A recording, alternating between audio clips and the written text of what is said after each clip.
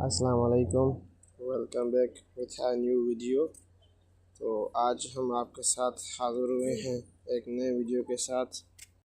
आज हम बात करेंगे जो हमारी साइड में इंडस्ट्रियल साइड में टॉपिक्स रहते हैं उसके बारे में कि कौन कौन से टॉपिक हैं कि भाई पीपीज़ क्या होता है, टीबीडी क्या होती है, पीटीडब्ल्यू क्या होता है, एस2एस क्या होता है, ब्रैकेट हाइट क्या होता है, लाइन ऑफ फायर क्या होती है।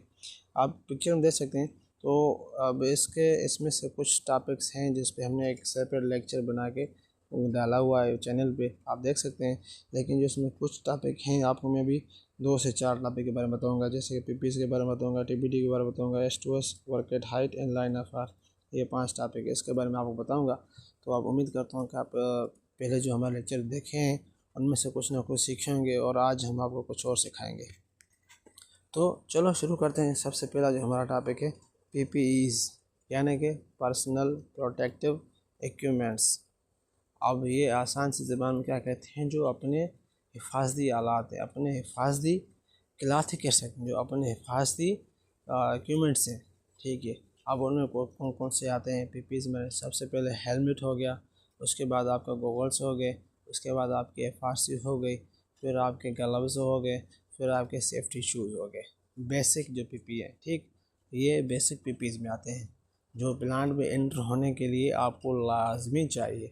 फर्दर इसके अलावा जो आपका ट्रेड होता है प्लांट में, जो आपका काम होता है उसके मुताबिक यहाँ प्लांट्स में कहीं साइन होते हैं, कोई रिस्ट्रिक्टेड एरिया होते हैं जहाँ के लिए कुछ एडिशनल पीपी चाहिए होते हैं, वो डिफरेंट रहते हैं। अब ये जो बेसिक पीपी हैं, ये बेसिक पीपी 4-5 रहते हैं: helmet, goggle, FRC, gloves and safety shoes. ठीक है, और उसके बाद हमारा क्या आता है टीबीटी। अब कुछ बंदों को पता होता है इसके बारे में, कुछ बंदों को नहीं पता, तो उनको भी हम बताते हैं। ये देखें, जो चीज़ मैं आपको बता रहा हूँ ये दोस्तों इंडस्ट्रियल साइड में एंटर होने के लिए लाजम है। ठीक है, तो अच्छा टीबीटी के बारे में बात करते हैं कि टीबीटी होता क्या है। टीबीटी यानी टूल बॉक्स स्टॉक। अब इसका आसान से ज़बान में मतलब ये है कि काम के दौरान, मतलब कि आप जो काम करने जा रहे हो इंडस्ट्री में, कहीं प्लांट पे, किसी जगह पे, उसके ख़तरात के बारे में बताना। एक मतलब कि जिसको हम कहते हैं गैदरिंग कह लें। ठीक है, एक टीम की गैदरिंग करके टीबीटी करना, यानी कि आपको उसके बारे में बताना जो आप काम करने जा रहे हैं, जो आप काम करेंगे उसमें क्या ख़तरा हो सकता है और उससे कैसे बचा सकता है, उनको कैसे सेफरी करें। तो उस एक सारे सेशन को हम टीबीटी कहते हैं। और इसके बाद आता है पीटीडब्ल्यू।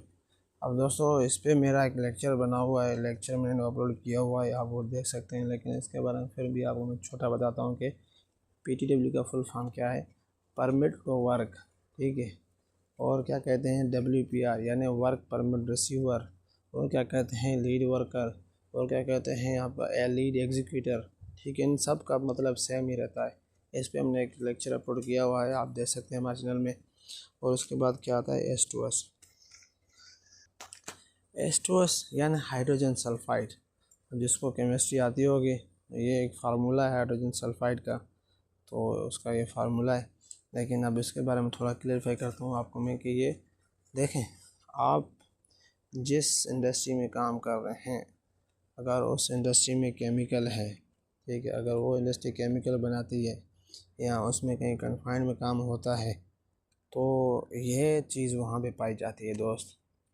ठीक है, वो लाजिम नहीं है कि आपको इंडस्ट्री में मिले, वो आपके इर्द गिर्द एरिया में मिल सकती है, आपके कहीं जहाँ पर नज़दीक कोई बहुत पुराना खड्डा है, बहुत पुराना पानी है, ठीक है, वहाँ पे भी मिल सकती है। लेकिन मोस्टली जब आप इंडस्ट्री में जाते हैं तो इसके बारे में अवेयरनेस दी जाती है, इसके बारे में सिखाया जाता है वो चीज़ क्या है, एस2एस हाइड्रोजन सल्फाइड। अब इंडस्ट्रियल फील्ड में इसको एक शॉर्ट नाम दिया जाता है साइलेंट किलर। अब ये नाम क्यों दिया जाता है कि ये गैस इतनी ख़तरनाक है कि अगर आपने एक बार सांस में इसको सूंघ लिया तो आपकी दूसरी सांस वापस नहीं आएगी, दैट्स इट, खलास। इसलिए इसको कहा जाता है साइलेंट किलर।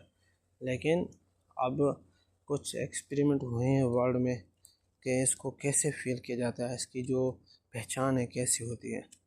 अब इसकी पहचान ये है कि एक हम अंडा कुकिंग करते हैं ना, अंडा बॉयल करते हैं, वो अंडा जल जाता है, ठीक है, अंडा जो जल जाता है उसके बाद जो उसकी स्मेल होती है, सेम वैसा ही रहता है, थोड़ा सा डिफरेंट रहता है, बाकी वो सेम उसी अंडे की स्मेल जैसा ही होता है।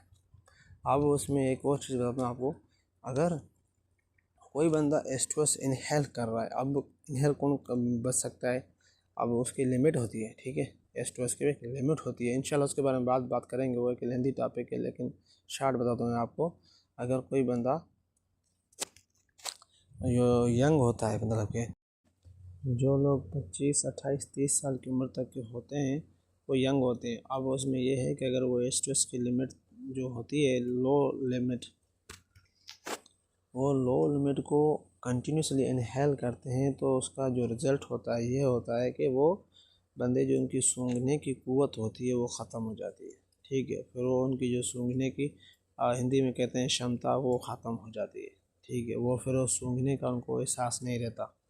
वो फिर भी वो तरह के एक एज की लिमिट तक उनको इनहेल करते रहेंगे, आखिरकार उनकी भी डेथ हो जानी है, फिर उसमें बहुत सारी बीमारियाँ होती हैं। तो अल्लाह पाक सबको इस चीज़ से बचा कर रखे। तो इसलिए एस्ट्रोस के बारे में अवेयरनेस दी जाती है कि भाई कि आप प्लांट्स में जब भी इंटर होते हैं, एस्ट्रोस is an killer, silent killer gas. So उसके लिए हमें साइड पे दिया जाता है एक एस्ट्रोस गैस डिटेक्टर, ठीक है। जब भी आप कन्फाइन में जाते हैं या कहीं ऐसी जगह पे काम करते हैं जहाँ पे वो हो सकता है, तो उसके लिए हमें एक गैस डिटेक्टर दी जाती है, पर्सनल T40 जिसको बोलते हैं, कि ताकि अल्लाह न करे कभी वो आपके साइड पे ब्लाइंडिंग के दौरान या कन्फाइन स्पेस में या कहीं डीप एक्सेशन में आप मिल जाता है तो फ़ौरन इनहेल करता है और आप वो सायरन बजता है ताकि आप पता लग जाए वहाँ पे कोई गैसेस है, फ़ौरन वहाँ से एवोकेट करें। इसके बाद है हमारे पास वर्क एट हाइट। ये भी एक अच्छा टॉपिक है और इंडस्ट्रीज़ में इस पर भी कोई कंप्रोमाइज़ नहीं रहता है। इसके भी कुछ प्रिकॉशंस हैं जो इंडस्ट्रीज़ कहती है, आप उसको फॉलो करें। अब वर्क एट हाइट का मतलब ये है जब भी आप 1.8 मीटर से ऊपर काम करेंगे हाइट पे, तो वो वर्क एट हाइट में कंसिडर होगा। अब उसके प्रिकॉशंस क्या होते हैं कि अगर आप एक परमानेंट प्लेटफॉर्म पे काम कर रहे हैं तो ओके, अगर आप टेम्परेरी प्लेटफॉर्म पे काम कर रहे हैं तो कुछ इंडस्ट्रीज़ में कहते हैं कि आपने वहाँ पे सेफ्टी हार्नेस पहनना है, सेफ्टी बेल्ट पहनना है। अब वो क्यों कहते हैं, अब वो कौन सा टेम्परेरी प्लेटफॉर्म होता है? सबसे बड़ा एग्जांपल, जैसे कि आप स्कैफोल्डिंग यूज़ कर रहे हैं, बेशक वो उसका जो टैग्स होते हैं 3 कलर के टैग्स होते हैं, ये अलग टॉपिक है, लेकिन फिर भी मैं आपको शेयर कर रहा हूँ कि एक स्कैफोल्डिंग है, वो है टेम्परेरी प्लेटफॉर्म। अब उसमें कुछ रिक्वायरमेंट हैं, कुछ प्रोसीजर हैं कि अगर आप वहाँ पे वो टैग ग्रीन टैग लगा हुआ है स्कैफोल्डिंग पे, फिर भी कुछ इंडस्ट्री में कहते हैं आप विथ ग्रीन टैग भी सेफ्टी हार्नेस यूज़ करेंगे, वो हाइट के मुताबिक होता है, ठीक है। अगर आपकी हाइट एग्जांपल लो 20 मीटर से ऊपर है, 10 मीटर से ऊपर है, तो वहाँ पर वो आप पे एक लागू हो जाता है कि आपने सेफ्टी हार्नेस पहन के फिर ही काम करना होता है, ठीक है। ये हमारे वर्क एट हाइट हो गए। एक बार फिर नोट कर लो कि 1.8 मीटर से अगर आपकी हाइट ज़्यादा है तो वो कंसीडर होगी वर्क एट हाइट में, ठीक है। तो ये वर्क एट हाइट। अब जो छठा आता है वो है लाइन ऑफ फायर। अब लाइन ऑफ फायर के बारे में दोस्त मैं आपको बताता हूँ कि लाइन ऑफ फायर होती क्या है, क्योंकि नाम ऐसा है लाइन ऑफ फायर, तो नाम ऐसे कुछ बंदे थोड़ा सोचने लग जाते हैं ये भला क्या है, कुछ समथिंग डिफरेंट है। नहीं भाई, ये है डिफरेंट, लेकिन इतना इसको ख़तरनाक नाम क्यों दिया गया है वो आपको मैं इसको बताता हूँ कि लाइन ऑफ फायर क्या होती है। अब छोटा सा एग्जांपल ले लो दोस्त कि अगर आप कहीं पे ब्लाइंडिंग कर रहे हैं या डी ब्लाइंडिंग कर रहे हैं, ठीक, मैंने पिछले टॉपिक में ये बताया हुआ है, लेकिन फिर मैं बता रहा हूँ कि अगर आप कहीं ब्लाइंडिंग कर रहे हैं या डी ब्लाइंडिंग कर रहे हैं तो आपके साथ जो बंदा काम कर रहा है, ठीक है, आपका जो क्रू का बंदा है, अगर आप हैमरिंग कर रहे हैं नट बोल्ट पे, आप हैमर यूज़ करें, वो सो जो बंदा आपका साथी आपका दोस्त है वो अगर आपके सामने ही खड़ा है, यानी कि आप जहाँ पे हैमरिंग कर रहे हैं और सामने उधर बंदा खड़ा हुआ है, तो इट मीन्स कि वो लाइन ऑफ फायर में।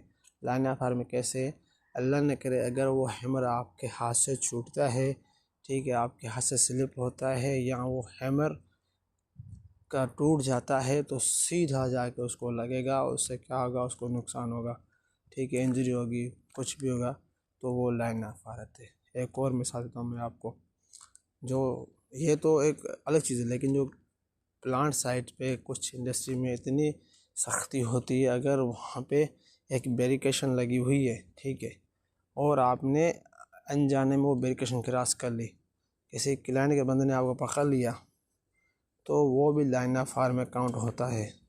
कैसे कि दोस्त, वहाँ बैरिकेशन लगी है, इट मीन्स के somebody is working under this barrication, ठीक है, कोई ना कोई उसका बैरिकेशन अंदर काम कर रहा है और आप वहाँ पे घुस रहे हो, आपको पता नहीं है क्या काम हो रहा है, और अल्लाह न करे वहाँ पे कोई ऐसा काम हो रहा है जो आपको हिट कर सकता है। एग्जांपल लो, वहाँ पे वो बंदा जो काम कर रहा है अंडर बैरिकेशन में, उसने स्पेशल पीपीज़ पहने हुए, एडिशनल पीपीज़ पहने हुए हैं, ताकि उस एक्टिविटी से उसको कुछ ना हो, और अगर आप अंदर गए, आपको उससे ख़तरा हो या आपको उससे ख़तरा हो जाए, ये लाइन ऑफ फायर आता है। इस चीज़ पे कुछ इंडस्ट्रीज़ बिल्कुल कंप्रोमाइज़ नहीं करती, क्योंकि ये भी एक LSR में आता है। अब LSR का आता है लाइफ सेविंग रूल, उसके बारे में इंशाल्लाह डिफरेंट बात करेंगे हम दूसरे टॉपिक में। तो ये लाइन ऑफ फायर होता है। ये दो मैंने आपको आसान एग्जांपल दिए हैं दोस्त, तो उम्मीद करता हूँ आपको ये 6 टॉपिक्स याद आ गए होंगे इस लेक्चर में। मज़ीद हम इंशाल्लाह नेक्स्ट लेक्चर में आपको और बताएंगे, हमारे पास के 32 हैं टॉपिक्स, स्टेप वाइज हम बताएंगे आपको। तो मिलते हैं अगले अपने वीडियो में, तब तक के लिए अल्लाह हाफ़िज़।